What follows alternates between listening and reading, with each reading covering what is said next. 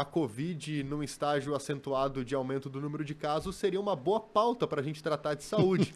Esse calor que a gente está vivendo, Dr. Cláudio Klein, bom dia. Bom dia, Nicolas, bom dia ao Renato, bom dia aos que nos acompanham. Pois é, mas não tenha dúvida, o momento é de novamente falar de circulação do vírus. Ontem o Estado encaminhou para a região, né, o alerta.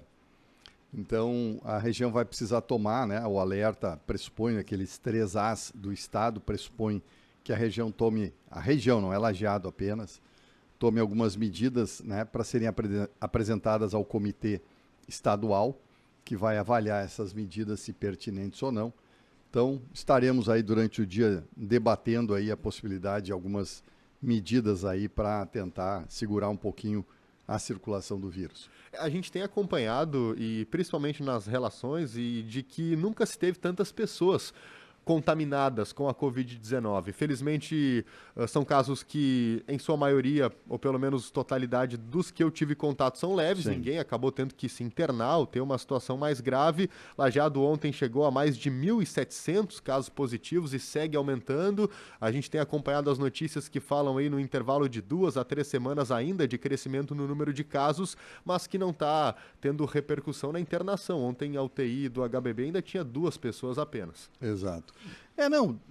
Felizmente, né, até porque no início a gente tinha isso como especulação, quando surgiu na África do Sul, lá em novembro, já havia essa especulação de ser com menor gravidade. O Reino Unido também fez essa leitura quando começou lá, foi um dos primeiros países europeus a registrar o crescimento de casos. Claro, há uma ocupação dentro lá, principalmente da Europa, a gente nota que os números de ocupação hospitalar são maiores do que os nossos. Nos Estados Unidos também, mas proporcionalmente, principalmente com relação aos casos ativos, acho que tu lembra, Nicolas, no final de fevereiro, início de março do ano passado, nós chegamos ao pico de 1.067 casos ativos. Isso aí. Agora, eu acho que há principalmente a questão da realização do teste está muito simplificada, esse modelo do teste de antígeno, ele virou um modelo muito prático, muito rápido. Antes era basicamente o PCR, né, que a gente fazia. Então, acho que isso também permitiu que mais gente testasse. E aí, claro, com isso a gente tem os dados mais claros. Mas, de qualquer maneira, tem confirmado isso que tu disseste. A variante Ômicron ela tem uma transmissibilidade muito forte. E, com isso, o crescimento, sempre que há surto, é muito rápido, né? Bom, em relação a esses protocolos que o governo do estado pede, o que pode ter de alteração em relação ao que a gente está vivendo hoje, tendo em vista que o que a gente tem sentido é que, por mais que tenha tido um contágio maior, por não estar repercutindo na questão hospitalar, a tendência é que não se tenha novas limitações drásticas como já vivemos no passado. Nicolas, acho que ficou mais ou menos bem definido que o chamado lockdown, que é fechamento de tudo, como ele nunca foi um lockdown realmente categórico, porque quando tu mantém serviços essenciais, né, como saúde, como algum comércio, como a parte de alimentação, né, e outros serviços considerados essenciais, tu mantém a circulação do vírus, né? A indústria. Então, tu mantém a circulação do vírus e não se mostraram que essas medidas fossem de alguma forma eficazes. Então, o que a gente pode acreditar, né, assim como esse ano, como aconteceu no ano passado, se percebeu que os veranistas trouxeram para o Rio Grande do Sul, né, para o interior do Rio Grande do Sul, para as outras cidades, a circulação do vírus, ele veio, né, do litoral para o interior. Essa vez a gente tem a mesma percepção, né? Ou seja, as aglomerações favorecem que o surto seja mais exponencial, mais rápido, o que faz sentido, né? Então, o que nós discutimos dentro do comitê são, no máximo, medidas que procurem diminuir um pouquinho essa chance de grandes aglomerações, onde possa se, né, criar um crescimento muito grande de circulação do vírus. Mas querer pensar em algo que seja de parar a circulação, né, de fechamento, ninguém está fazendo. Eu estava lendo hoje de manhã ainda, não sei se a notícia vai confirmar, mas que a própria o próprio Reino Unido estaria propondo medidas de liberação já do uso da máscara, e mesmo com uma taxa de ocupação hospitalar ainda mais alta, mas já caindo os casos de forma ambulatorial, eles já estariam diminuindo a restrição antes imposta. Pois é, atualmente a gente tem a permissão para a realização de eventos com público, jogos de futebol, enfim. Isso pode ter alguma alteração no curto prazo? Eu diria que sim, E se é para ter, é no curto prazo, né, Nicolas? Você estava dizendo, e eu concordo plenamente, como a gente viu em outros países, onde surgiu na África do Sul, é até um caso a ser melhor estudado. A circulação da Omicron foi baixa proporcionalmente com outros países, e a taxa de vacinação da África do Sul é em torno de 36%. Então é baixa também a taxa de vacinação, e a circulação do vírus acabou sendo por um período curto. Mas mesmo assim, quando se olha para países onde tiveram circulação mais alta, Nova York, por exemplo, Israel como um país, enfim, outras cidades, a França também, que iniciou rapidamente o curso, já estão em queda os números. Então, mostrando que é mais ou menos um curso de 4 a 6 semanas essa circulação da Omicron. Então, nós estamos entrando na 4ª semana. Então, acredito que sim, acho que no decorrer aí da próxima semana, talvez a gente já tenha queda nos números. Bom, doutor Cláudio, a gente está em época de formaturas também. O que é uma grande aglomeração? São 100 pessoas, 200, 1.000, 10.000 pessoas? Eu acho que também tem esse critério que tem que ser avaliado. Não, o critério, e aí também é pertinente, é a questão da proximidade das pessoas. Então, ele é um critério proporcional ao tamanho da área que é ocupada, né?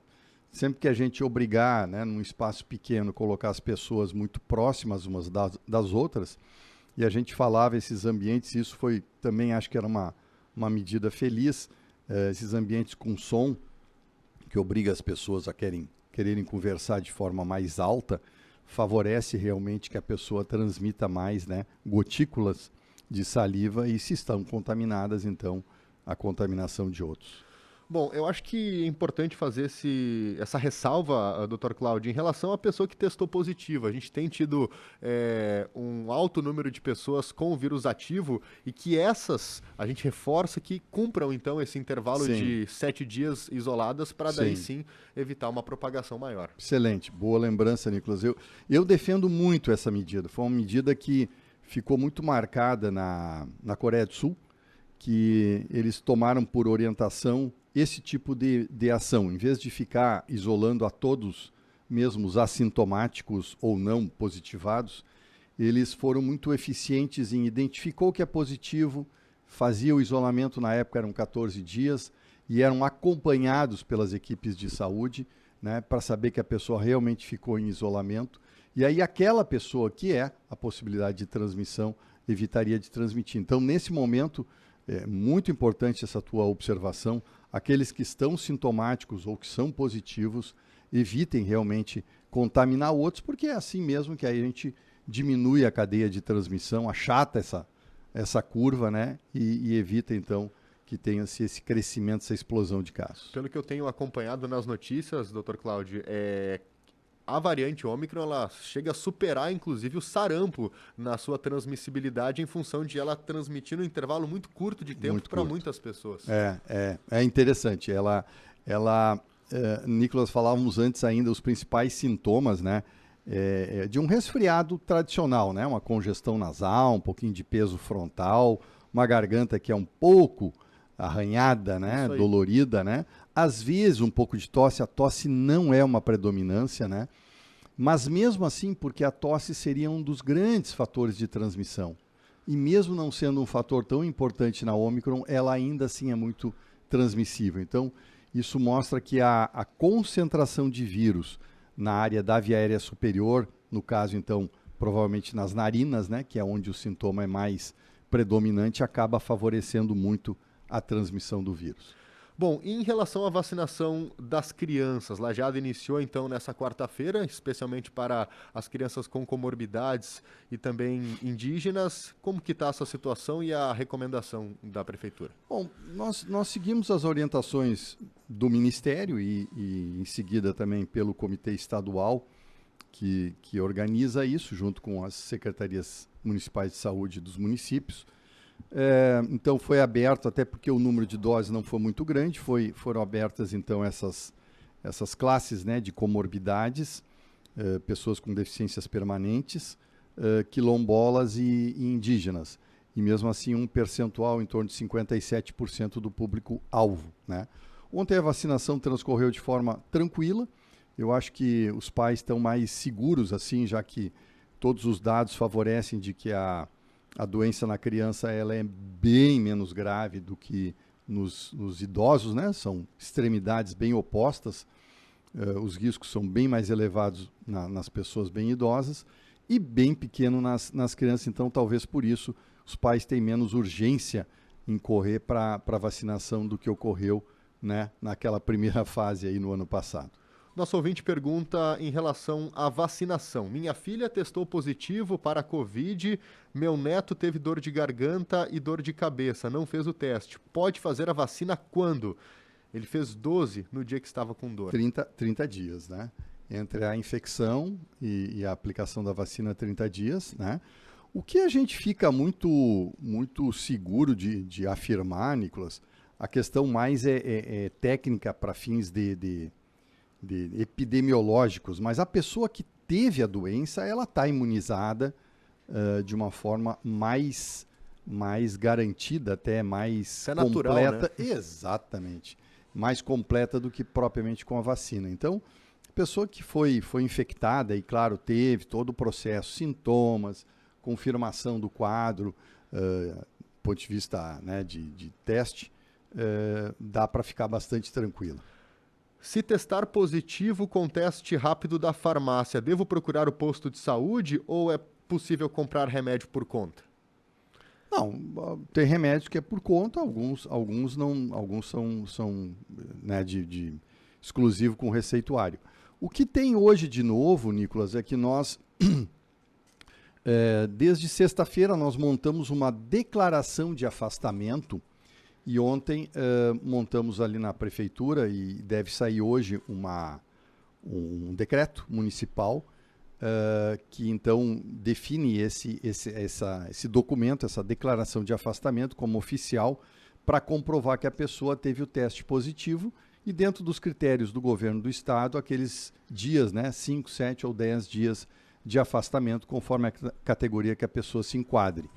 Isso vai facilitar aquelas pessoas que precisam de um documento para apresentar no seu trabalho, mas que não precisam, veja bem, não tem nada a ver com relação ao atendimento médico. Então, se a pessoa tiver sintomas e precisa de atendimento, bom, aí ela procura o serviço. Mas se ela tiver ou assintomática ou pobre sintomática e só precisa do documento, esse documento a partir de hoje vai ser disponibilizado para facilitar esse trâmite, né, que é bastante grande. Rapidamente, para quem tiver testado positivo e tiver sintomas, eu praticamente não tomei remédios. Tomei só algum remédio para dor de cabeça em algum momento, mas são coisas simples, né? Sintomáticos, que a gente diz. Não, realmente, eu diria que nessa variante, tirando de novo os grupos de risco que poderiam e devem ser um pouco mais cuidadosos, aqueles que tiverem evolução tal qual o resfriado, e normalmente essa variante está realmente os sintomas ficando dentro dos 5 dias, né? E aí 7 dias é o período de isolamento hoje proposto para quem é vacinado. Se a pessoa tiver essa evolução tradicional, sem complicação, ela realmente não está precisando de atendimento médico. Valeu, doutor Cláudio.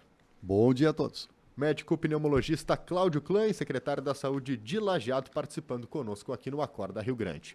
8 horas e 1 minuto, 28,9 a temperatura, vem aí o